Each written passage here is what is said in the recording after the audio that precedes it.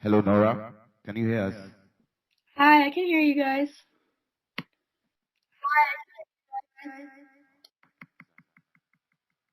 Okay, so Nora is live. Right. Nora, you're welcome to Hockey Youth Empowerment Summit.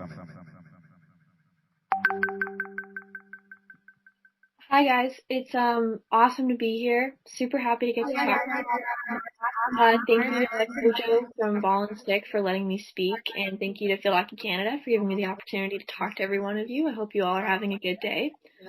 So I was asked to come here and to talk a little bit about my hockey journey, just in terms of my pathway of playing internationally at junior level. So I started playing hockey when I was around 6 years old, so quite young.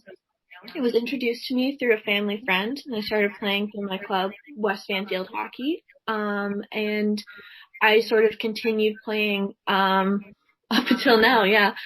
Hockey was never really the sport I wanted to play in the beginning. In the beginning, football was what I was focused on. I loved football, and that was my passion and what I really enjoyed when I was young.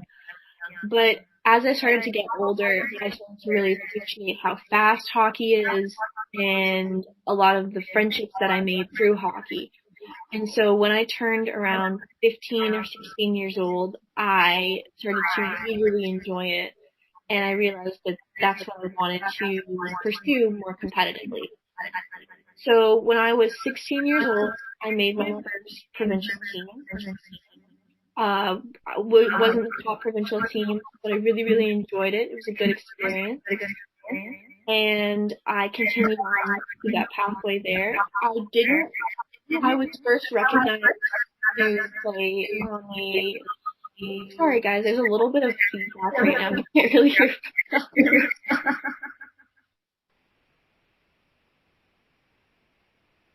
Hopefully it's a little bit better now. But basically, I started to play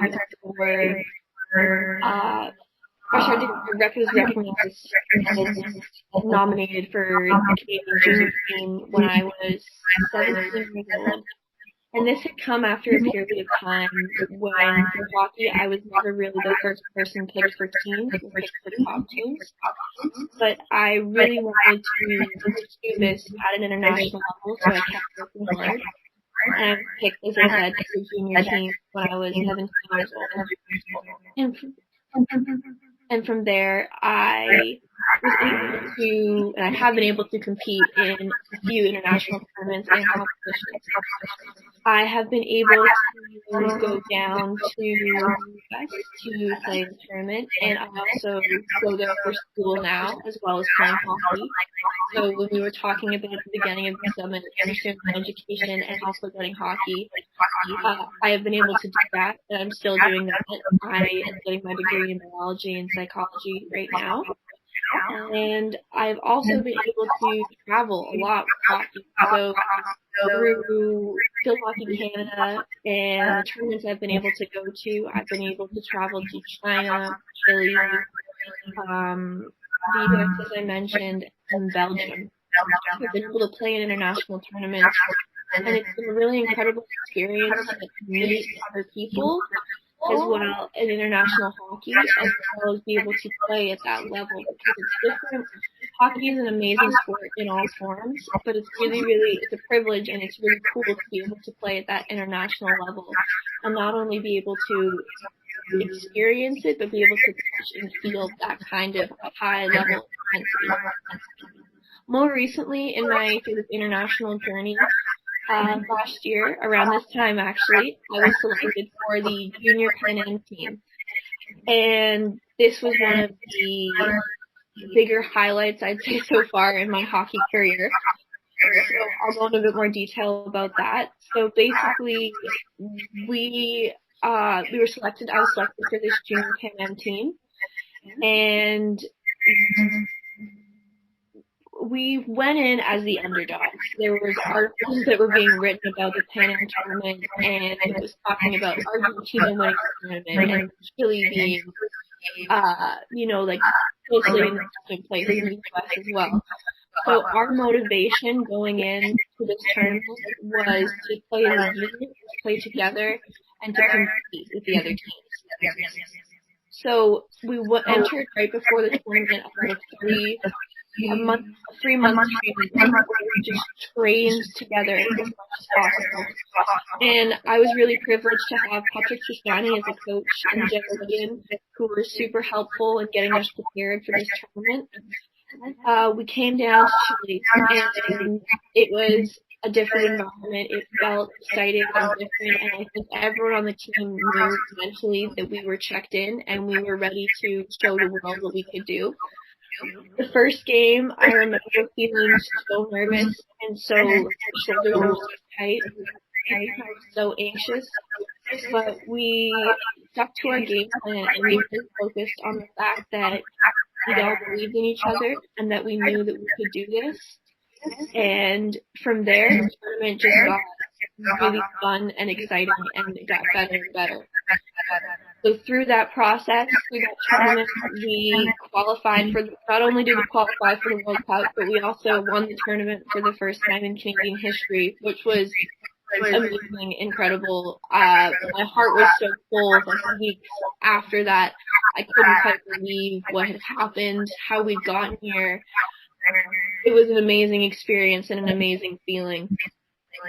And to talk, not only that, but the fact that we were going to the World Cup for the first time, and I think it was about 8 years, was super, super exciting and a super rewarding feeling.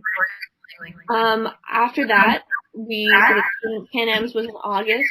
I went back to school, and we sort of entered kind of a waiting period where we were going to figure out whether or not we were selected for the World Cup team. I was fortunate enough to be selected again for that team, which was, it's a privilege. It's always a privilege to represent your country, but at a World Cup level, it was pretty amazing.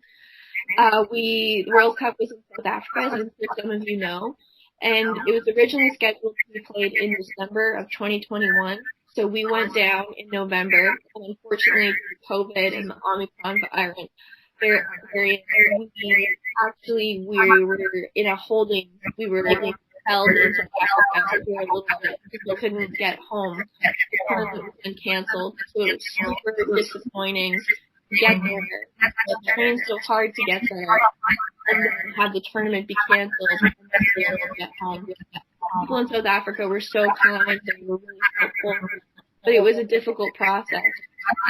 And I think one thing that came out from that is that we as a group, that team that went down, really bonded and really connected. And then that group of girls became us, and we decided that we wanted to perform well for the tournament that was rescheduled.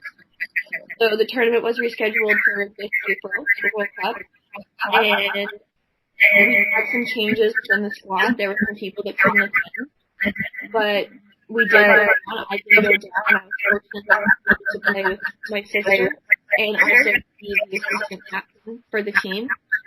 And I never experienced this much attention on hockey before when we went to the World Cup. It was cool to see all the cameras there and all these ads and people around the pitch. It was just an incredible experience. The hockey was obviously amazing. It was cool to be able to play at that level. Also very, very tiring on the body, but it was just an amazing experience. We didn't do as well as we wanted to do. We came 15th in the tournament, which still was impressive. 15th in the world isn't that bad. But just being able to go down there after having had setbacks with COVID and stuff like that, and being able to represent my country was a fantastic experience, one that I will never forget.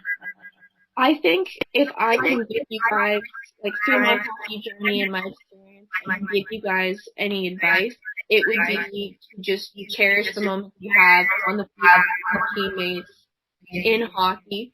It is an incredible sport. It's a sport that has taken me around the world, and which I'm very thankful for. It is a sport that has given me friends, or given me relationships with people, and it has helped my education. So I owe a lot of where I am in my life and how I'm going to hockey, and to the people that have helped me, my coaches and my teammates. And I wish, looking back, that I had been more appreciative in certain moments and just taken the time to go, wow, this is a really cool experience. This is really a privilege to be here. Hockey is a fun sport. It's my favorite game to play. It is just one of the best things that I've ever had to experience. I'm really privileged to do so. And I want to sort of convey the message that you can go many places with hockey. I have been fortunate enough to go many places with hockey. So, yeah, I guess my last couple words would be just continue to play, continue to learn, always have that mindset, keep learning, keep growing, and don't let setbacks push you back. You know, keep going, keep working, and I hope you guys really enjoy hockey. It was lovely talking to you guys. Thank you.